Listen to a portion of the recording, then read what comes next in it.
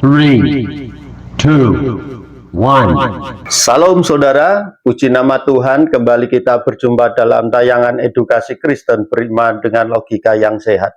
Saudaraku, berikut ini adalah tayangan kedua tentang perang Hamagedon yang diambil dalam kitab Wahyu pasal 16. Bagaimana perang itu bisa terjadi? Terdapat aliansi kuasa-kuasa dunia yang telah lama berkuasa, dipimpin oleh para pemimpin dengan wajah yang sering muncul di media.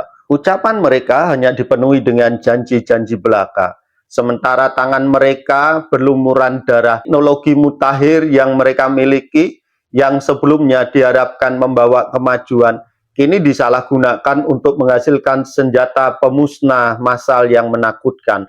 Langit dipenuhi dengan armada drone, tanah bergetar di bawah jejak tank raksasa, dan di ufuk rudal balistik siap diluncurkan, membawa kehancuran yang tidak terbayangkan.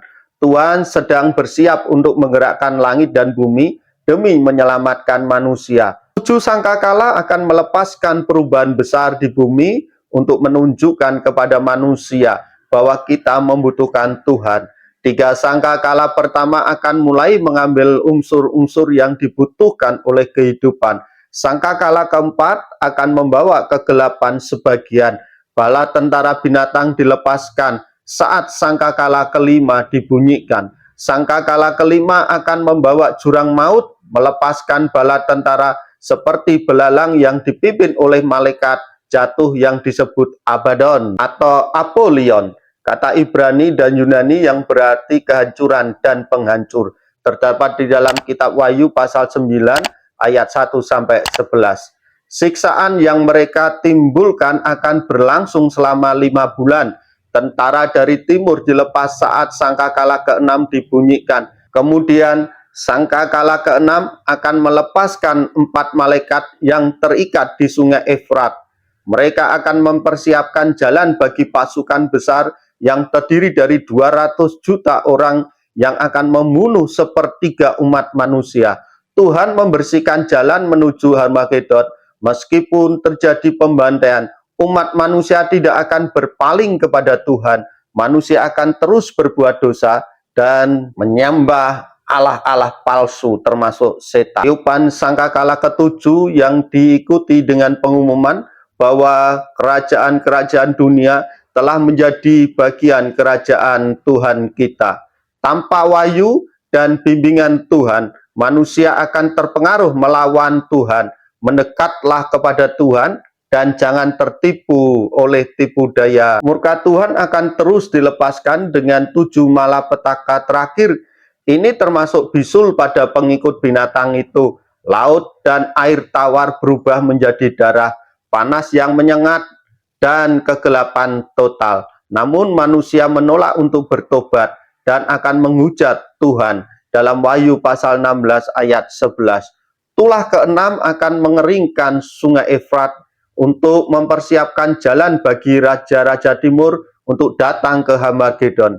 Hamagedon berjarak sekitar 9 jam perjalanan atau 835 km atau 518 mil dari Efrat di Ramadi, Irak. Namun, Alkitab tidak menyebutkan di mana penyeberangan Efrat akan dilakukan, di mana pertempuran Hamagedon akan terjadi. Meskipun pasukan akan berkumpul di Hamagedon, pertempuran puncaknya sebenarnya akan terjadi di Yerusalem. Bunyi sangkakala akan menjadi panggilan perang dari Tuhan kepada semua bangsa. Yoel pasal 2 ayat 1, Yoel pasal 3 ayat 9-12. Sekelompok besar orang akan melakukan perjalanan ke selatan sekitar 1,5 jam perjalanan atau sekitar 130 km atau 80 mil dari Hamagedon ke Yerusalem. Pasukan akan memasuki lembah Yehosafat. Lembah Yehosafat terletak di antara Bukit Bait Suci dan Bukit Zaitun. Lembah ini juga dikenal sebagai lembah Yehosafat atau lembah Kidron. Ayat yang ke-12. Di sisi timur kota tua Yerusalem, lalu siapakah yang akan berperang pada hari besar Allah yang Maha Kuasa di Yerusalem? tentara-tentara yang telah berkumpul di Armageddon, termasuk raja-raja, panglima-panglima, orang-orang perkasa, dan rakyat, baik kecil maupun besar, akan berperang di Yerusalem. Lalu bagaimana peranannya Israel dalam perang Armageddon ini? Siapa lagi yang akan berperang di Yerusalem? Yesus Kristus, Raja di atas segala raja, dan Tuhan di atas segala Tuhan. Mikael, malaikat agung yang mengawasi umat Allah, bala tentara surga, bala tentara yang kuat dari makhluk-makhluk supranatural. Orang-orang kudus yang telah bangkit, bangsa Yahudi juga akan berperang di Yerusalem. Apakah yang akan terjadi dalam pertempuran itu? Semua mata akan tertuju ke langit untuk menyaksikan anak manusia kembali dengan kuasa dan kemuliaannya yang besar dan agung.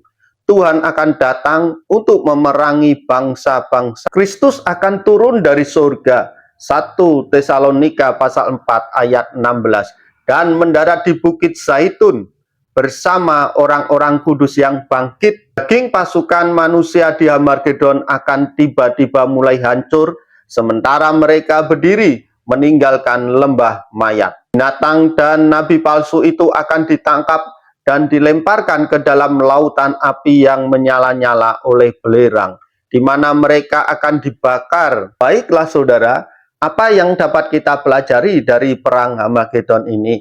Mereka yang akan datang ke Armageddon akan dipenuhi dengan delusi yang kuat dan percaya pada kebohongan setan. Mereka tidak akan mencintai kebenaran dan sebaliknya akan berakhir melawan Tuhan. Mereka yang menentang Tuhan akan menjadi musuh Tuhan. Mereka akan dihancurkan oleh Tuhan yang Maha Kuasa di akhir zaman ini. Armageddon telah menarik perhatian manusia, tetapi apakah yang dapat dipelajari dari pemberitaan Armageddon dalam kitab Wahyu? Dalam bagian tentang Armageddon terdapat sebuah peringatan yang menakjubkan bagi kita sebagai orang percaya. Di dalam kitab Wahyu pasal 16 ayat 15, lihatlah, aku datang seperti pencuri, berbahagialah dia yang berjaga-jaga dan memperhatikan pakaiannya, supaya ia tidak berjalan telanjang dan tidak terlihat kemaluannya.